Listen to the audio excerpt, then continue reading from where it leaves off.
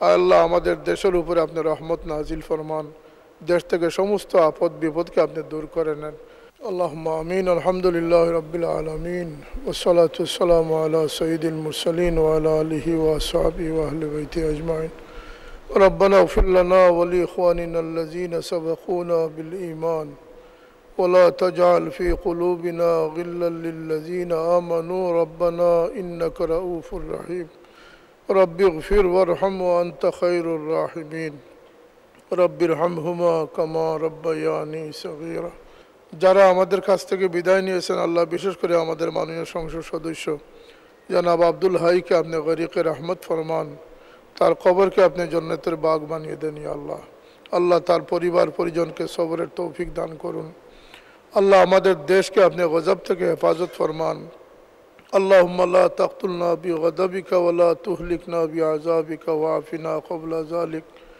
ইয়া আল্লাহ, গরমের প্রকোপ, আসমানি জমিনি বলিয়াত থেকে আমাদের জন্মভূমিকে আপনি হেফাজত ফরমান।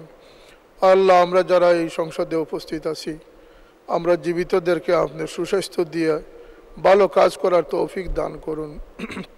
আল্লাহ যারা আমাদের মৃত্যুবরণ করেছেন তাদেরকে আপনি বেহেশত নসিব করেন। আল্লাহ এই সংসদের ভালো সিদ্ধান্ত নিয়ে দেশ জাতির কল্যাণকর সিদ্ধান্ত নিয়ে আমরা কাজ করার তৌফিক দান করুন। মাননীয় প্রধানমন্ত্রী সুস্বাস্থ্য দীর্ঘ হায়াত দান করুন। তার নেতৃত্বে তাকে সহযোগিতা করে দেশকে এগিয়ে নেওয়ার তৌফিক আমাদেরকেও দান করুন। আল্লাহ আমাদের স্পিকার, ডেপুটি স্পিকার এবং সংসদের যারা দায়িত্বশীল আছেন সকলকে আপনি সুস্বাস্থ্য দীর্ঘ হায়াত দান করুন। সংসদ সদস্যদেরকে জাতির প্রত্যাশা পূরণে আল্লাহ এগিয়ে যাওয়ার তৌফিক দান করুন। আল্লাহ এই দেশের স্বাধীনতার স্থপতি বঙ্গবন্ধু মরহুম শেখ মুজিবুর রহমান এবং তার পরিবারের সদস্যবৃন্দ যারা নির্মমভাবে শহীদ হয়েছেন, আল্লাহ তাদের রুহের মাগফিরাত আমরা কামনা করছি, তাদেরকে জান্নাত নসিব করে দেন।